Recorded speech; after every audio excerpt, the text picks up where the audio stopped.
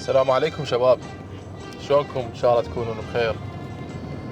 اليوم بس ب5000 او 6000 7000 دينار وداخل شهربان، داخل القضاء المقدادية، راح نعيش اجواء سويسرية.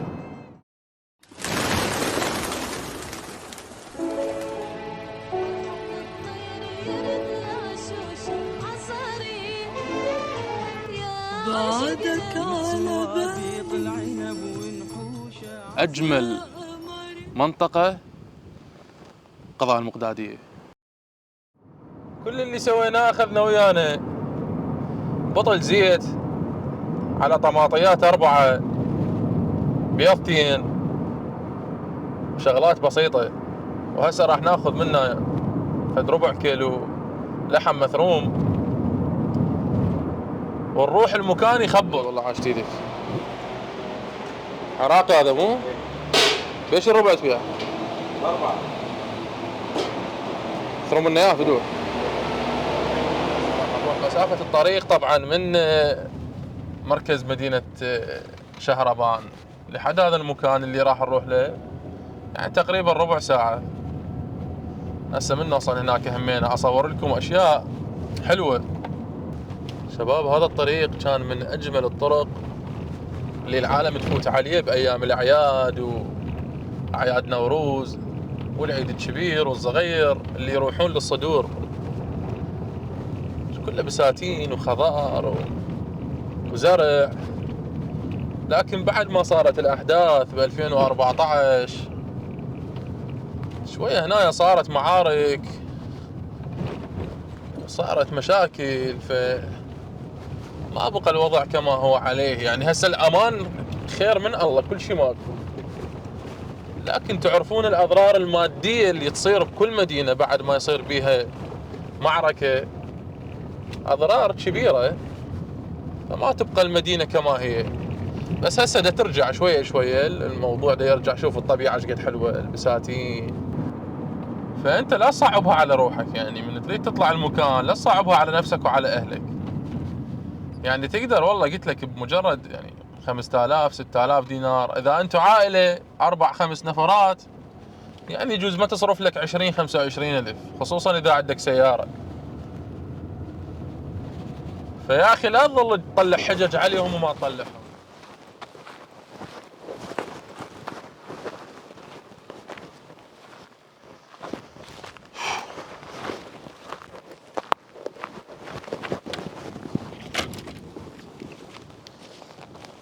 شباب منو من عندكم اندل المكان؟ لو ما حد اندل لحد الان هذا شلون ينفتح؟ ايه فتح. شباب اني بمنطقة الكتيبة اللي هي تابعة لمنصورية الجبل، يعني اجمل منطقة قضاء المقدادية. مي وجبال وطبيعة وهدوء، تقدر تجيب عائلتك وتجي. وهذا وقع بعد اليوم هوا، بس أنا قررت وصممت إنه اليوم أطلع خلاص، واللثبت لا تفضحني. جبت شغلاتي البسيطة، 4 طماطيات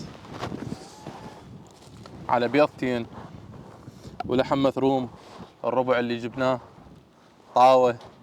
بس خشب ما عندي، راح أحاول أدور أي شيء يشعل بيه نار حتى نسوي الأكلة الخنفشارية اللي هي أسهل شيء، مخلمة يعني. هاي أطيب أكلة ممكن تشوفها بحياتك بهيج طبيعة، مستحيل تشوف أكلة أطيب من عندي.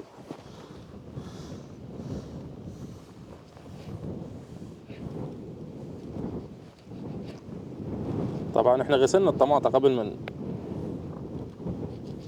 قبل ما أثرمها. طبعا هسه النسوان يباعن علي يقول ان هذا مو ابو مصلحة، يعني مو ابو مصلحة. أنا هسه بالجديد قمت أطلع وأصور وأطبخ.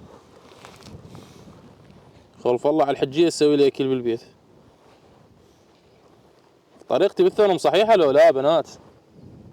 شبابنا اللي يعرفون يطبخون. شباب راح نجرب نشعل هذا المكان، بس لازم من نخلص نطفيه حتى لا المكانات الثانية تاخذ. ان شاء الله ياخذ. دقيقة، انا عندي هاي اللي تشعل.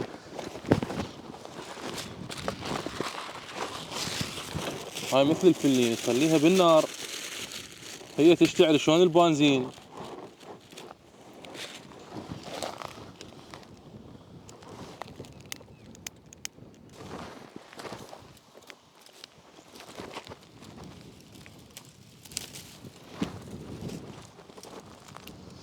شباب تدرون هاي اللي دا اسويه اني اللي هاجروا لاوروبا كلها عاشوها.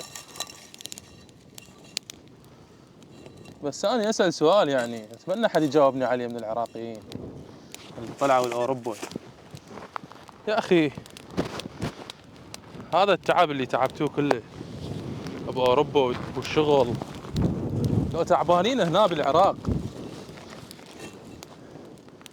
كان حالكم شلون صار؟ اتمنى حد يجاوبني. مو كان تغير حالكم من حال لحال؟ بما انه الغدا خرب بسبب الخبز والنار، فحرامات خلينا نستغل التعب والجية مالتي.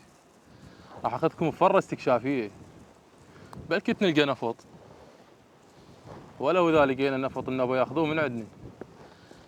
ندور دعافيس نشوف ايش نلقى، نصعد على التلة، نروح نبحوش. مو احسن؟ احسن من القعدة. هو بعد الغدا وراح علينا. هاي يمه لا تروح سوي غدا جايك. كلش صعب اختيار الفكرة، ما تعرفون ايش قد اتعب حتى اخذ فكرة حلوة انه شلون اطبقها وشلون اسويها وشلون اوصلها لكم. فبالتالي دعمكم ومتابعتكم راح تنطيني حافز انه اقدم افضل، انه اتعب اكثر. وبالايام الجايه، وطبعا هذا يرجع الفخر لكم اكيد اذا وصل المحتوى وشافته هواي ناس. وبالنهايه انتظروا الجديد والافضل. قلت لكم راح اروح الرامسر وراح اروح الطهران وراح اروح لغير مناطق حلوه، وهم راح تشوفون اشياء بعد اجمل ان شاء الله، بس مو اجمل من مناطقنا.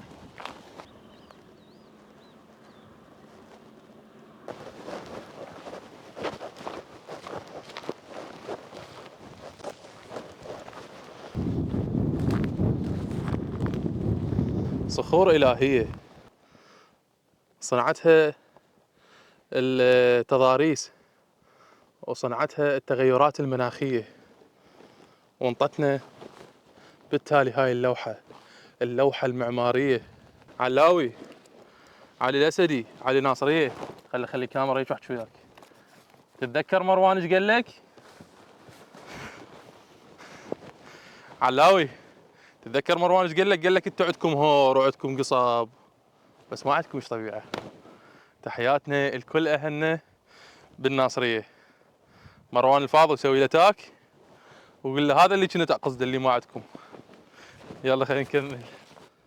اللي يعرفون بالزراعة، هسه هاي صخر، هاي النبتة شلون طلعت من داخل الصخر؟ هذا صخر، هذا صلب.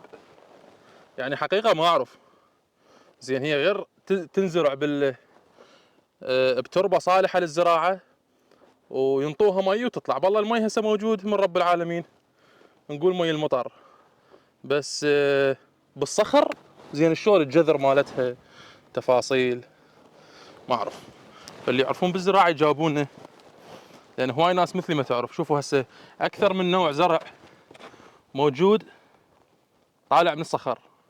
زين هو بيه نسبة رملية اوكي، بس هذا همنا الى جذر ويمتد. خلينا نصعد بعد فوق، نصعد بعد اعلى.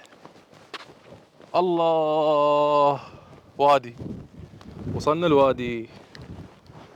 شوفوا سبحان الله، شوفوا الطبيعة الشقاقية. هاي ديالة يا ناس، بس حرفيا المكان ولا غلطة. هاي هناك شباب جايبين معدات الأكل مالتهم أحسن من عندي. بلا حسد شباب، ألف عافية. فكانوا يدورون مكان، قلت لهم تقدرون تحصلون أي مكان بس على المي ما تقدرون تنزلون منه. النزلة مال المي منك صار بذاك الجانب. كل مكان موجود، هسه راويكم إياه. موجود تشققات كلش كبيرة. الجماعة اللي يعرفون بالجيولوجيا والجغرافيا وهاي الأمور، هاي التشققات مال الصخور الكبيرة هاي اجتي من زلازل، اجتي من شنو؟ شايفينها مو هاي الفطور اللي تصير بالصخور الكلش عميقة وكبيرة؟ يعني هاي اكيد فعل الطبيعة، لكن نريد نعرف سببها العلمي. عم احنا ناس فضوليين لازم نسأل.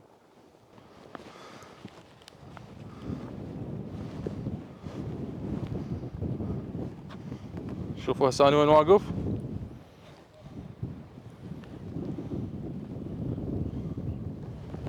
هذا الارتفاع، طبعا العدسة شوية مو وايد فمطلعت لكم المكان ناصب، بس هو كلش عالي.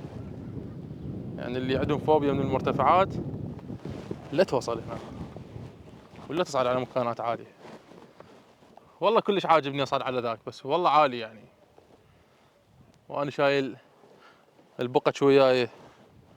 هاي اجت فعل التغيرات الجوية، سبحان الله. وبعد هواية اكو نقشات من كنا صغار، تذكرون ندور على هاي السوالف، وهسه رجعت ادور عليها من جديد. شو نسوي؟ لازم نستكشف. شوف سبحان الله، حتى الوان يعني شكو لون ببالك بالحصو تلقاه موجود بالطبيعة اللي موجودة بالجبال وغيره. هذا شو تسمونه بمحافظتكم؟ احنا بديالنا نسميه زلنطح. طلع قرونك وانطح كانوا يقولون احنا من صغار. انتو شو تسمونه؟ اللون مال هاي سبحان الله، عبالك ثلج، تحسها انه بيها ثلج واقع عليها ثلج. لونها هيش لون الملح. شباب امانة عليكم اللي يعرف اسمائهن وتفاصيلهن يكتب لنا بالتعليقات.